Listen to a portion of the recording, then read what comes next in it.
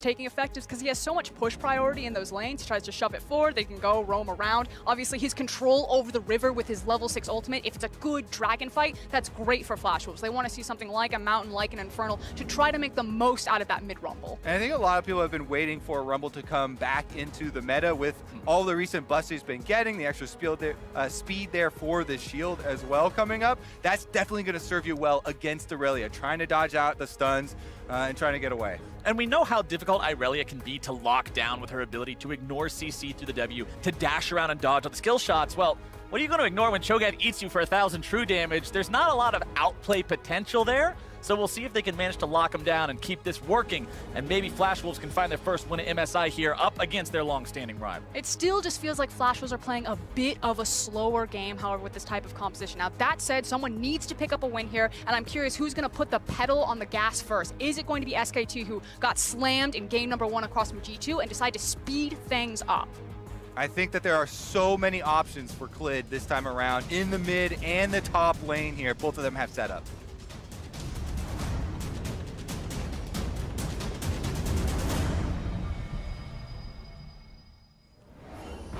As we jump into Summoner's Rift here for the 4th time today, SKT and Flash Wolves both looking for that first win of the main group stage here at MSI 2019. I want to remind everybody at home that these organizations, while both small, they're controlled. I don't think anyone's going to expect the game that we saw last time. Shall see, going to find himself in the losing end of a trade here, bottom side yet again. Mata now going to be forced to retreat as well as TP comes in. Betty looking to put some damage onto Teddy's health bar, but Rather's made his way into the mix now, going to force out a flash, and SKT retreats. That big teleport there. Have much of a mana bar left, and in case he goes in for something, there it is. Clid's going to be right there to make it happen. Let's see if they can find the Rune Prism. That one's going to be landing there. Flash over the Rupture. Hanabi trying to get himself away. Clid pursuing. Sonic Wave into the Resonating Strike. Damage coming through. One more hit will do it.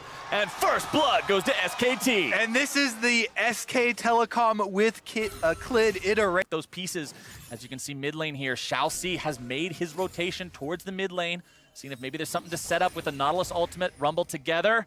Again, the deep ward from Faker, though, that he placed in lane last time that Boogie came here, has provided him the extra information. But top side, it's Clid making a return trip. Hanabi in some trouble, gonna be kicked back into the brush. More damage coming through from both these guys, and there is no way out. Khan makes sure that's gonna be 2 kills for SKT. And take notes, Boogie, that's how you punish the lack of flash. A repeat gank to make it happen. Meanwhile, cross-map trade, it's gonna be Cloud for top.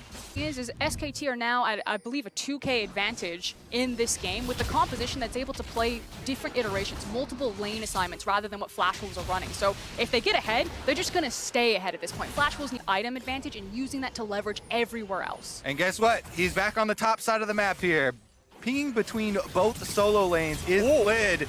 Faker deciding he's going to start off a fight here in the mid lane. TP also going to be used. Faker looking to get himself away. Nice flash coming out from the EQ combo. The Jarvan looking to make the Cataclysm happen. A lot of juggling going on to Mata, but he will be able to get himself away. Flash Wolves look to make the play, but SKT gets everybody out. Oh, that just another plate for Khan. And with the Rift Held, that's going to be a whole turret. And that's the thing. It's the fact that, again, Faker absorbs so much pressure, and in the end, it's Khan who is suddenly on the front foot. And this is not just the full turret, this is the full turret plus every plate in the kitchen, ladies and gentlemen. That is the importance of using Shelly before 4 is immaculate at absorbing pressure and not having it be a liability. Now it's Clid looking to make a play onto Shall See, who's going to be knocked out of position. Nice Dragon's Rage, going to make sure that one happens. And the Nautilus goes back to the depths. It's Teddy getting the kill on that one. And guess what? The Ocean Dragon is a thus far, as bottom side, the second turret of the game will drop to the side of SKT. As Shall See goes for the flash, going to be engaged, but SKT is right here for the follow-up and the counter-attack. They're going to be putting a lot of damage into Rather, who has to go into the stopwatch here. Immediately stunned down onto Shall See. He's going to be exploded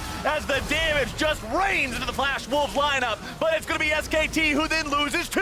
Boogie looks to turn it into 3, but he won't be able to find the damage onto Clid. Instead, it's Teddy coming in, and he'll turn Boogie into a right pin cushion as he makes sure he gets yet another kill. It's 2 dead for SKT. 3. Things get much more difficult. And that's so pivotal because, like Kobe was saying, we're still waiting for that Rage Blade. Kai'Sa still doesn't have it.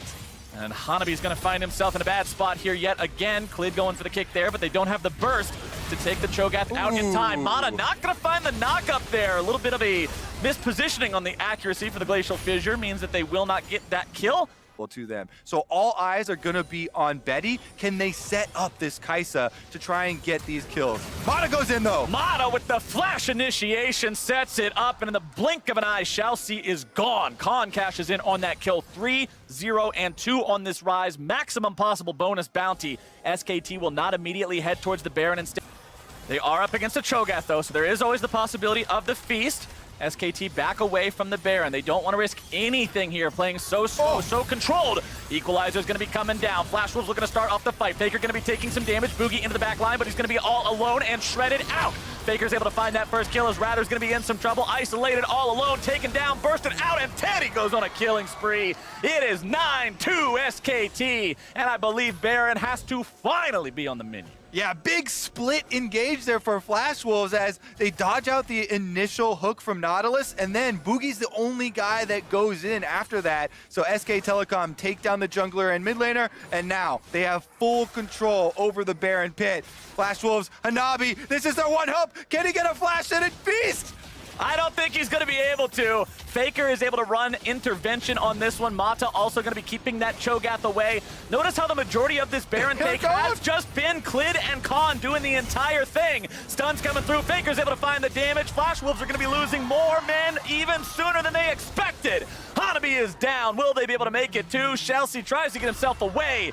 I don't think you're going to be doing your Spider-Man cosplay much longer, my friend. He is out of there, and Clid makes sure he grabs his second kill of the game. It is a Baroned up SKT.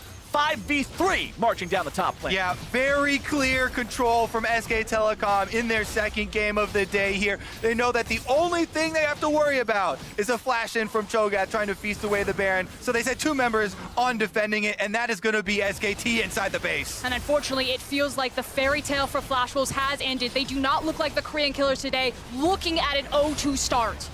And SKT will not have such a start. The first game was a little bit rough, but they bounce back in style and take Flash Wolves down in 27 minutes. They completely switched the game plan. So many resources towards top side after the first game of the day. They get Khan the lead. Clid over and over up there on Lee Sin, creating plays. Faker absorbing pressure in mid lane the whole time, not overextending, and they didn't allow the Flash Wolves to make plays in anywhere else on the map. So then they were able to take that control home. For me, I'm looking at specific picks now between G2 and SKT that seem to climb up on priority. The Rise. When are we going to see this pick really contested in the ban phase from Red side? I predict it will be continuously first picked and will start to rise in priority for the rest of this tournament. Flex picks gonna be so big for this tournament. Rise, Jace, Aurelia, Akali, everything floating around. I don't think we're ready to add Rumble to the list after this game, but maybe not I'll give quite. him another chance though. I'm always willing to